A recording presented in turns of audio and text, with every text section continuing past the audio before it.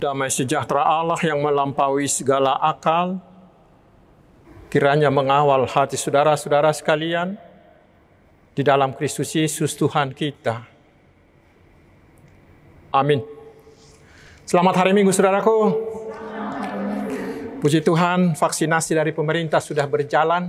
Kita terus berdoa supaya proses vaksinasi ini berjalan dengan lancar, sehingga segera tercipta kekebalan komunitas kita. Tetapi kita harus tetap disiplin mengikuti protokol kesehatan, sehingga mata rantai virus corona ini bisa segera kita hentikan.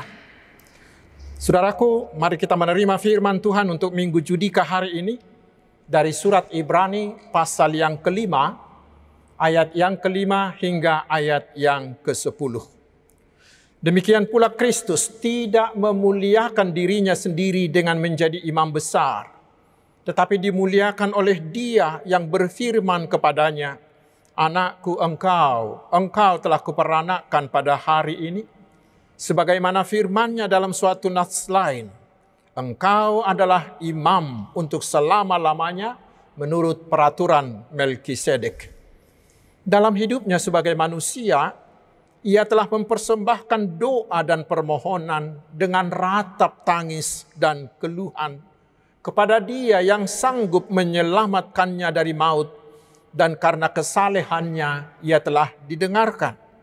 Dan sekalipun Ia adalah anak, Ia telah belajar menjadi taat dari apa yang telah dideritanya. Dan sesudah Ia mencapai kesempurnaannya, Ia menjadi pokok keselamatan yang abadi bagi semua orang yang taat kepadanya. Dan Ia dipanggil menjadi imam besar oleh Allah menurut peraturan Melkisedek. Demikian firman Tuhan. Saudaraku yang dikasihi Tuhan Yesus Kristus, saya mulai khotbah ini dengan sebuah pertanyaan untuk kita renungkan. Bila misalnya, ini hanya misalnya saja, bila misalnya saudara diancam harus pindah agama, bila tidak saudara akan dibunuh, atau saudara akan diberhentikan dari jabatanmu, dari pekerjaanmu, atau bila tidak akan diusir dari daerah tinggalmu, bagaimanakah sikap saudara? Bila saudara mau murtad, mengapa saudara murtad? Tetapi bila saudara mau bertahan, apa yang membuat saudara mau mempertahankan Tuhan Yesus? Saudaraku, mungkin khotbah hari ini bisa membantu kita untuk menjawab itu. Karena alamat surat Ibrani ini juga mengalami hal yang sama. Mereka ingin murtad, mau kembali ke agama asalnya, yaitu agama Yahudi. Mengapa? Karena mereka tidak tahan lagi menanggung penindasan dan penyiksaan kepada orang-orang Kristen pada saat itu yang datang dari pihak penguasa. Mungkin pada zaman Kaisar Nero dan Kaisar Domitianus. Karena itulah surat ini dituliskan untuk mereka dan juga dituliskan untuk kita hari ini agar jangan murtad. Jangan meninggalkan imannya, tetapi justru dalam situasi seperti itu harus semakin taat, semakin kokoh, dan semakin setia beriman kepada Tuhan Yesus hingga akhir hayat kita. Lalu sekarang apa alasannya? Sehingga kita harus tetap taat dan setia mengikut Tuhan Yesus walau kita harus menderita karena itu. Mengapa? Yaitu karena Yesus itu adalah juru selamat yang sah, juru selamat yang paling sempurna, juru selamat yang terunggul dari semua juru selamat. Nats ini meyakinkan mereka alamat surat ini dan kita hari ini juga, bahwa Yesus adalah imam besar yang sempurna, yang sejati, yang satu-satunya bisa memperdamaikan kita dengan Allah. Karena itu saudaraku, mari kita dengarkan selanjutnya. Apa yang dikatakan oleh Nats ini tentang keabsahan, tentang keunggulan Yesus sebagai Mesias, sebagai yang diurapi Allah, sebagai imam besar kita, sebagai perantara kita, manusia yang berdosa ini dengan Allah. Saudaraku, Kita tahu di agama Yahudi tugas seorang imam besar adalah pertama menanyakan kehendak Allah melalui Urim dan Tumim.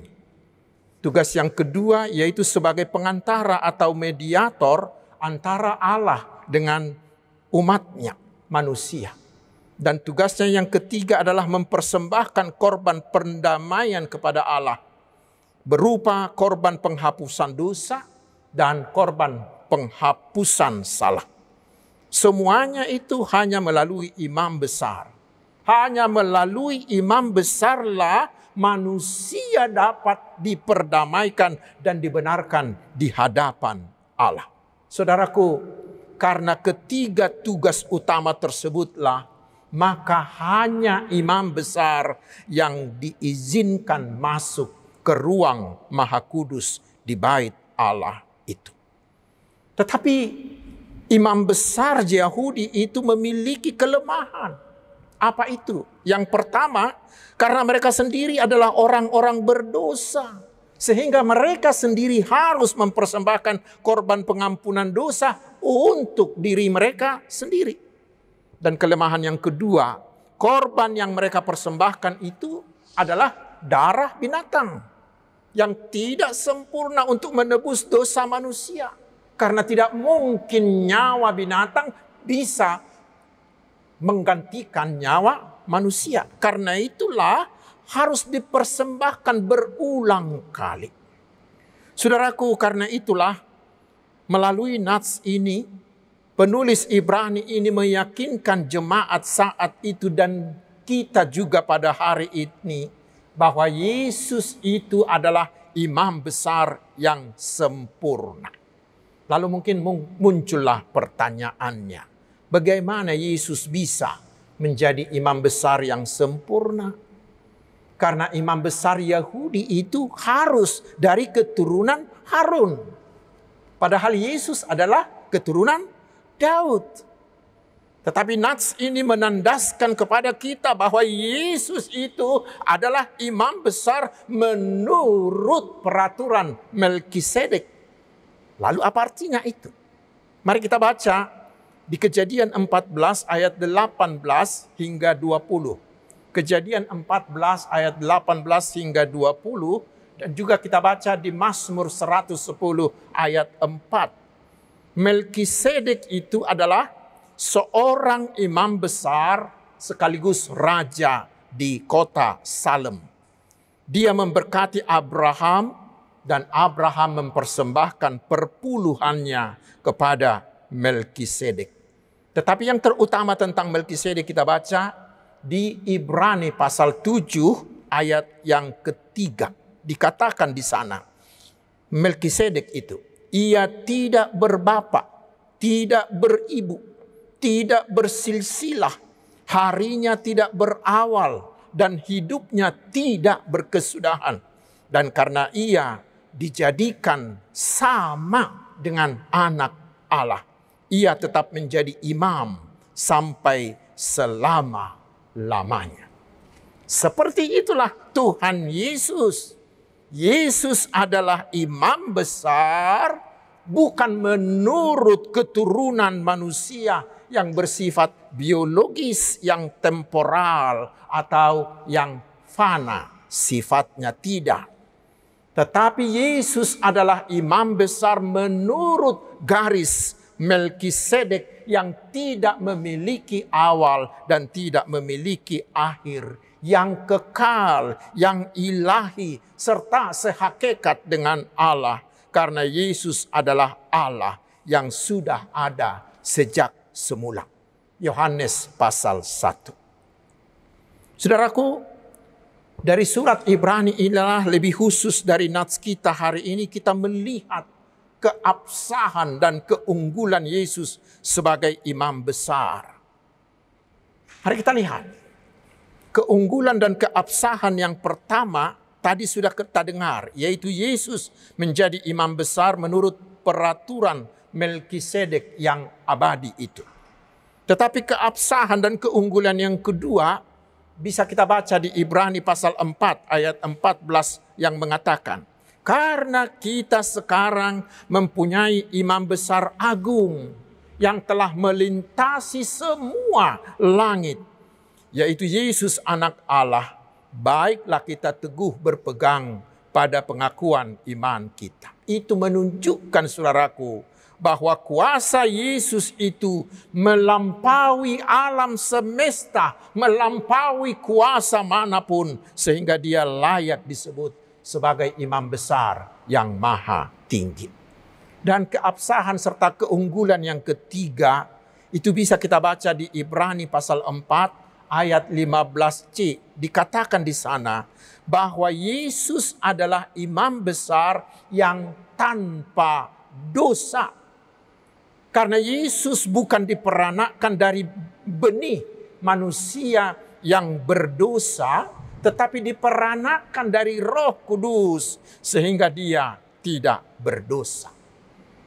Tetapi kita baca di 2 Korintus 5 ayat 21 dikatakan, dia yang tidak mengenal dosa telah dibuatnya menjadi dosa karena kita, supaya dalam dia kita dibenarkan oleh Allah. Dan selanjutnya keabsahan dan keunggulannya yang keempat, itu dikatakan di ayat 15. Sebab imam besar yang kita punya bukanlah imam besar yang tidak dapat turut merasakan kelemahan-kelemahan kita. Sebaliknya, sama dengan kita, ia telah dicobai, hanya tidak berbuat dosa. Selaku imam besar, Yesus mampu berempati dengan seluruh pergumulan, dengan seluruh beban-beban, dengan seluruh kelemahan-kelemahan kemanusiaan kita. Karena itulah Yesus bisa merasakan setiap derita yang kita alami, terutama bila itu karena iman percaya kita kepada Yesus. Mengapa dia bisa merasakan? Karena Yesus itu sudah mengalami penderitaan karena hukuman dosa, yaitu di kayu salib di Golgota. Saudaraku, itulah jaminan bagi kita bahwa bila kita menderita, ingatlah kita tidak sendirian. Tetapi Yesus telah bersama-sama dengan kita menghadapinya.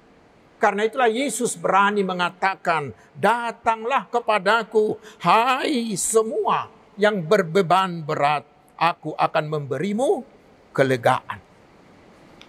Saudaraku yang dikasihi Tuhan Yesus, dari uraian tersebutlah kita diyakinkan bahwa Yesus itu adalah imam besar yang sempurna, adalah imam besar yang terunggul bagi seluruh manusia.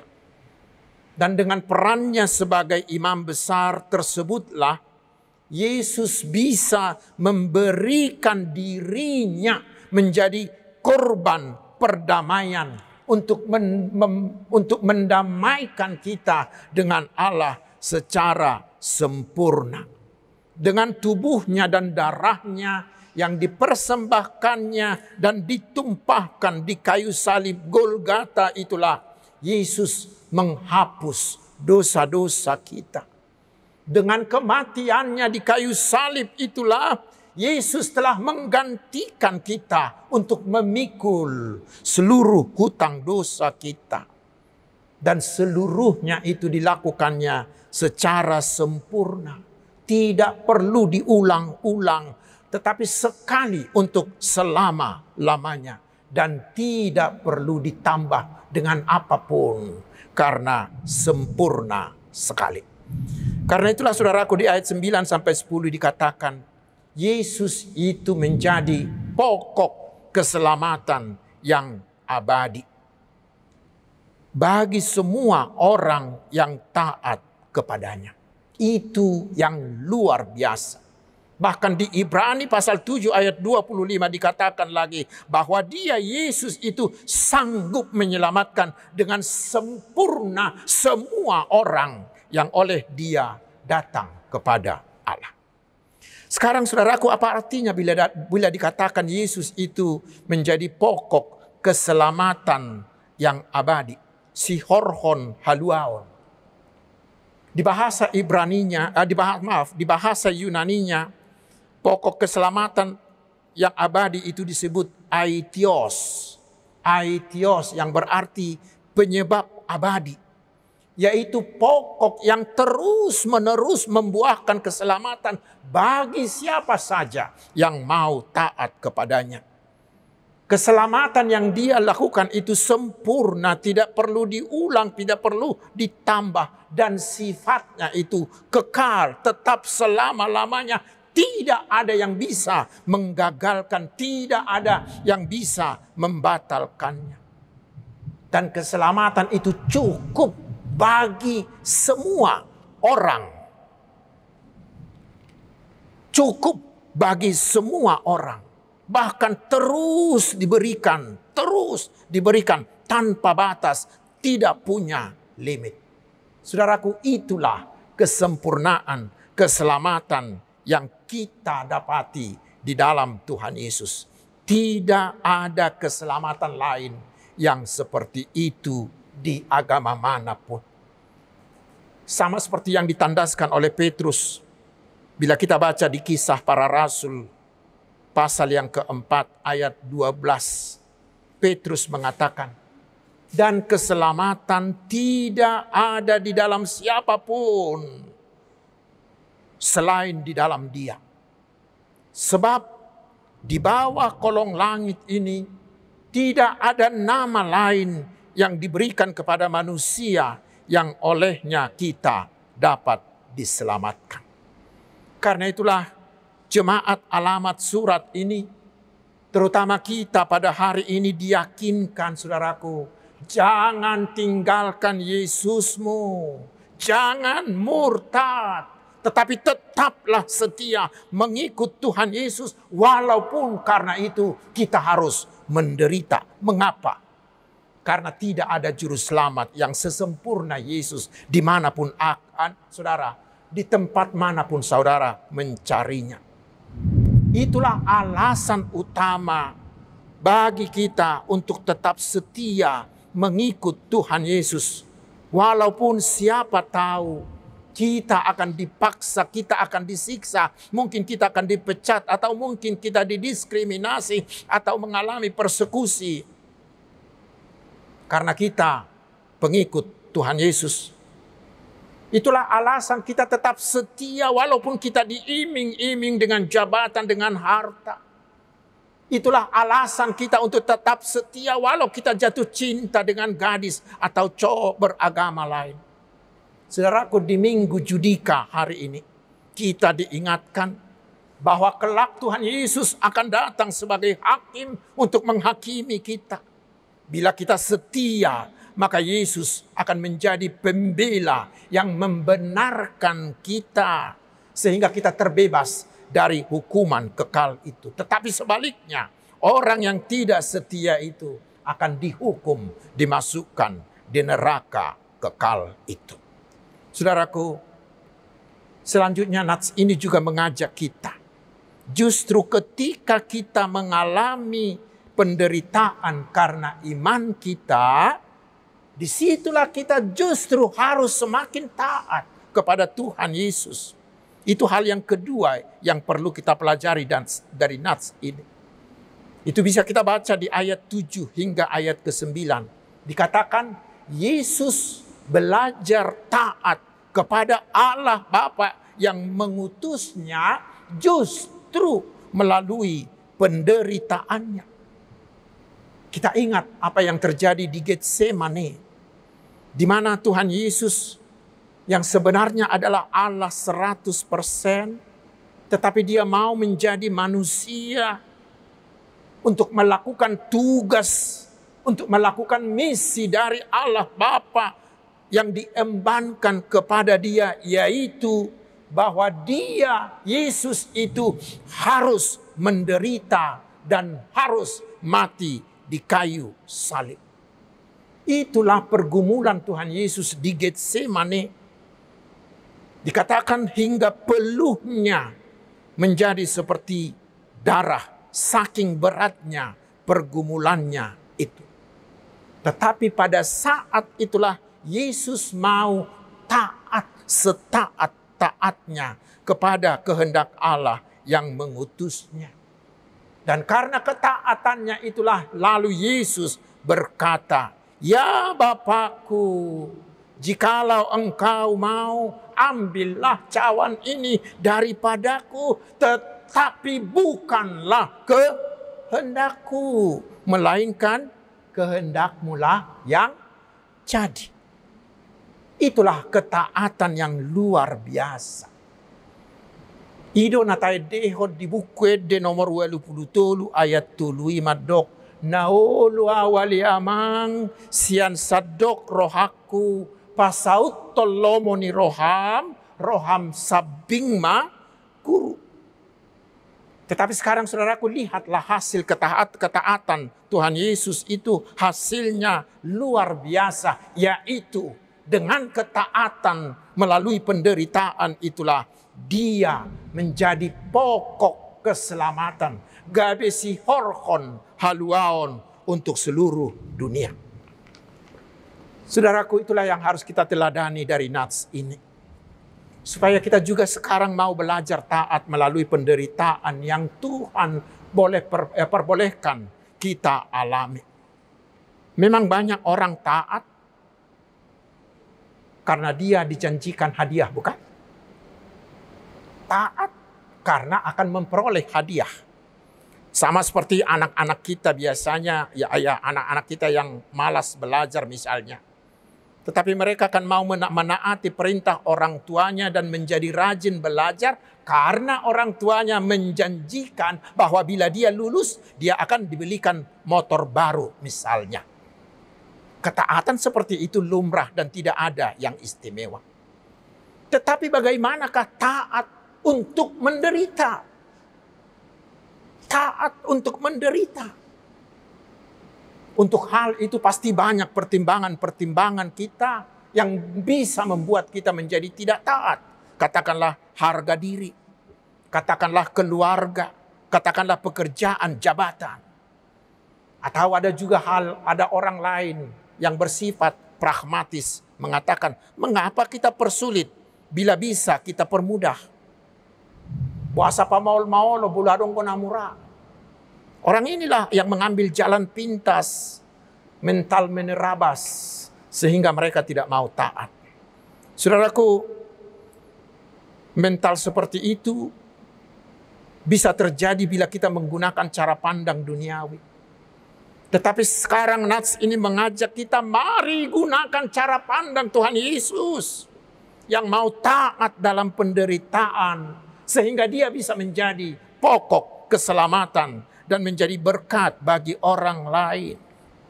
Ingatlah saudaraku, ketika kita taat dalam penderitaan karena iman kita, maka kuasa Tuhan akan turut campur tangan, menguatkan dan melepaskan kita.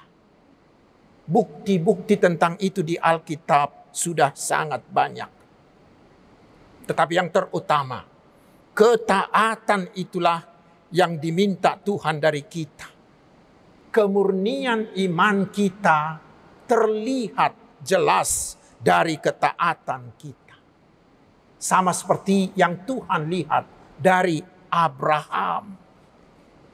Walaupun Tuhan mengatakan bahwa dia akan memiliki keturunan sebanyak bintang di langit. Dan Tuhan memberikan dia satu-satunya anak, yaitu Ishak. Tetapi kemudian Tuhan meminta supaya Ishak itu dikorbankan kepada Allah. Dan Abraham taat. Dan ketika ketaatannya itulah, maka Tuhan menggantikan Ishak itu.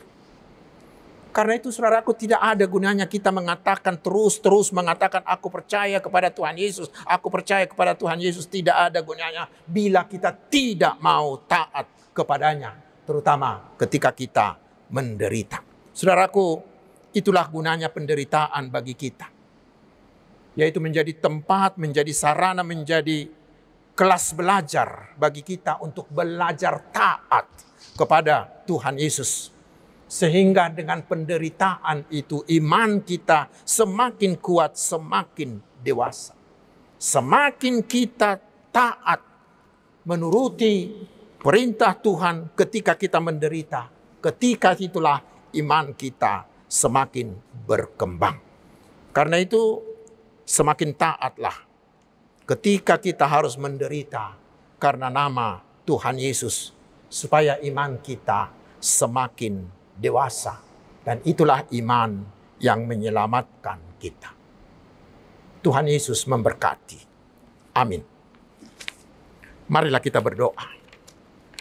Terima kasih ya Tuhan atas firman-Mu. Kami akan tetap setia mengikut Tuhan Yesus walau karenanya kami harus menderita. Karena kami percaya satu hal, bahwa Tuhan Yesuslah juru selamat satu-satunya yang terunggul dan yang sempurna. Kami tidak akan pernah murtad walau oleh godaan apapun. Tetapi kami akan semakin belajar taat walau menderita sebagai bukti iman kami yang murni dan dewasa. Ya Tuhan yang Maha Kasih dan Maha Kuasa, kami memohon berbelas kasihlah bagi kami umat-Mu ini. Berbelas kasihlah untuk memberkati hidup kami satu persatu. Memberkati pekerjaan, memberkati usaha, memberkati bisnis, memberkati studi kami. Agar semuanya berjalan lancar dan berhasil. Sebagai sarana Tuhan untuk mencukupkan segala kebutuhan kami. Berbelas kasihlah Engkau Tuhan untuk memberkati keluarga kami, untuk melawat, untuk menyembuhkan penyakit saudara-saudara kami yang sakit. Terutama mereka yang terpapar oleh COVID-19 ini. Bapa di sorga, berkatilah mereka yang berulang tahun kelahiran. Berikan mereka umur yang panjang. Berkati yang berulang tahun pernikahan. Kokohkan ikatan kasih mereka. Ya Tuhan, berilah kerajinan dan kecerdasan bagi anak-anak kami yang masih harus belajar dari rumah. Ya Tuhan yang Maha Kasih, berkatilah seluruh usaha pemerintah kami untuk menyehatkan dan mensejahterakan bangsa ini. Jauhkanlah bangsa ini dari semua bencana yang berturut-turut ini. Kuatkanlah hati kami, terutama hati mereka korban bencana alam. Sehingga mereka mau bangkit membangun masa depan yang lebih baik. Bapak Gereja yang Maha Kuasa, berkatilah seluruh gerejamu dan hambamu serta pelayanan-pelayanannya, agar kerajaan-Mu semakin luas dan iman jemaat-Mu semakin dewasa. Ya Tuhan, terpujilah nama-Mu kekal selama-lamanya. Di dalam nama Tuhan Yesus kami berdoa. Tetapi janganlah kehendak kami, kehendak-Mu lah yang jadi atas kami. Amin.